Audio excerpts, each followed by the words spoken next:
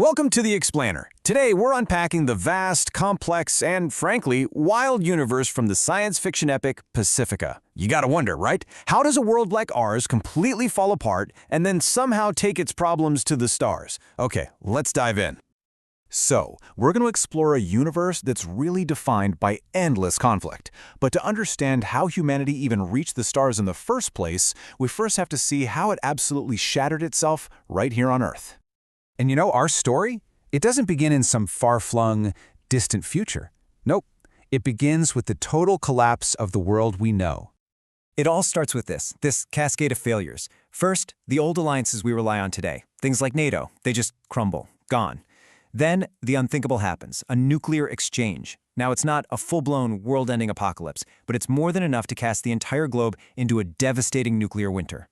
And in that cold, unforgiving darkness, society as we know it just completely plunges into chaos.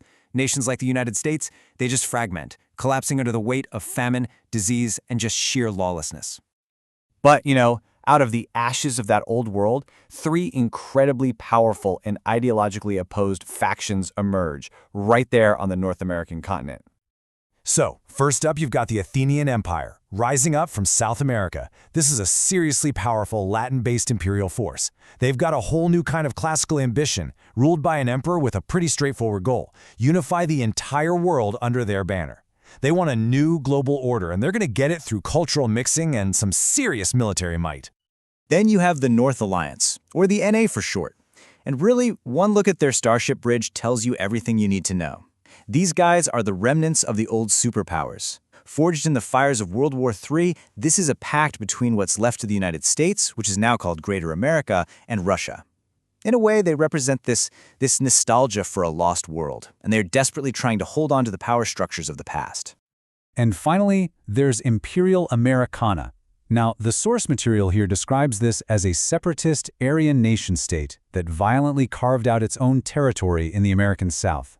It was formed by extremist groups, including the Nazi Party, and its ideology is built on one thing: establishing a Fourth Reich and achieving racial purity. And that, of course, led to the creation of slave labor camps and just massive acts of genocide. Now, what's really fascinating about this is how it lays out the fundamental, totally irreconcilable conflict at the very heart of this fractured American continent. I mean, think about it. On one side, you have the North Alliance, fighting to restore the old America and crush what they see as a terrorist threat. And on the other side, you have Imperial Americana, fighting to overthrow that old government entirely. There is absolutely no middle ground here. So if you thought the political situation was complex, this is where the universe of Pacifica gets truly wild. Because endless war, it completely changes the tools of the trade, and it pushes military technology into some horrifying new territory. Yeah, Imperial Americana. They didn't just stop at conventional warfare. Oh no, they unleashed an army of advanced zombies. But you need to forget everything you know about movie monsters. The source material describes these things as terrifyingly fast, possessing incredible super strength, and even capable of regenerating their own flesh. And they even use weapons. This is a literal legion of weaponized undead on the front lines.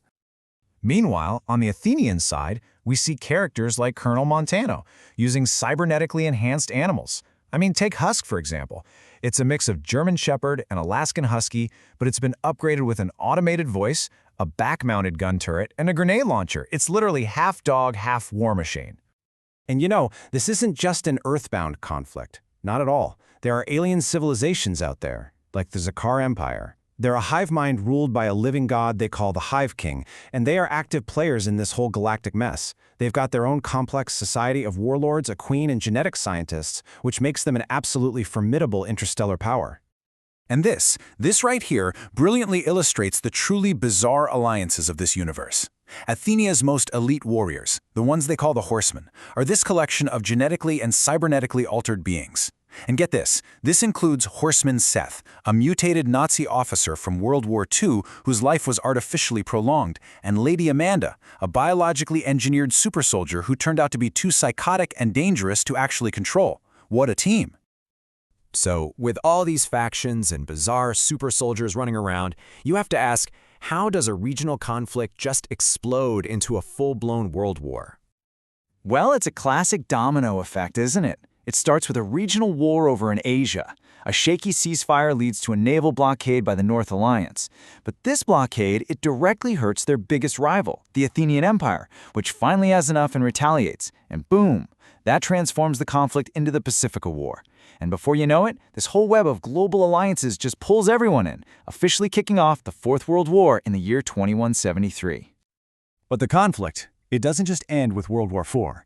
Oh no, that's merely the prelude. It's the beginning of humanity taking its wars to the stars, a conflict that's going to span centuries and entire solar systems. And the battlefield is no longer just Earth. The constant warfare ironically fueled this massive technological explosion, pushing humanity out to the stars for resources and for strategic advantage. I mean, from our own Sol system all the way to the distant Solstice system, humanity has basically turned the entire galaxy into one sprawling, endless battlefield. And this conflict, it doesn't just last for a few years or a few decades.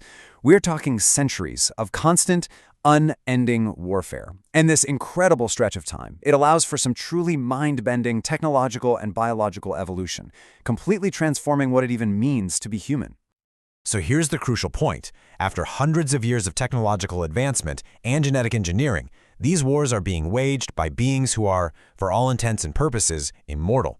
The source material says human life expectancy is interminable, basically endless, all thanks to possessing over 2,000 chromosomes at birth.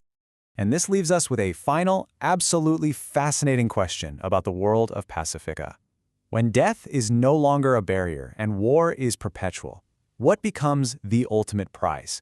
When you can live forever, what on earth makes a cause worth fighting for, or maybe even dying for, over and over and over again?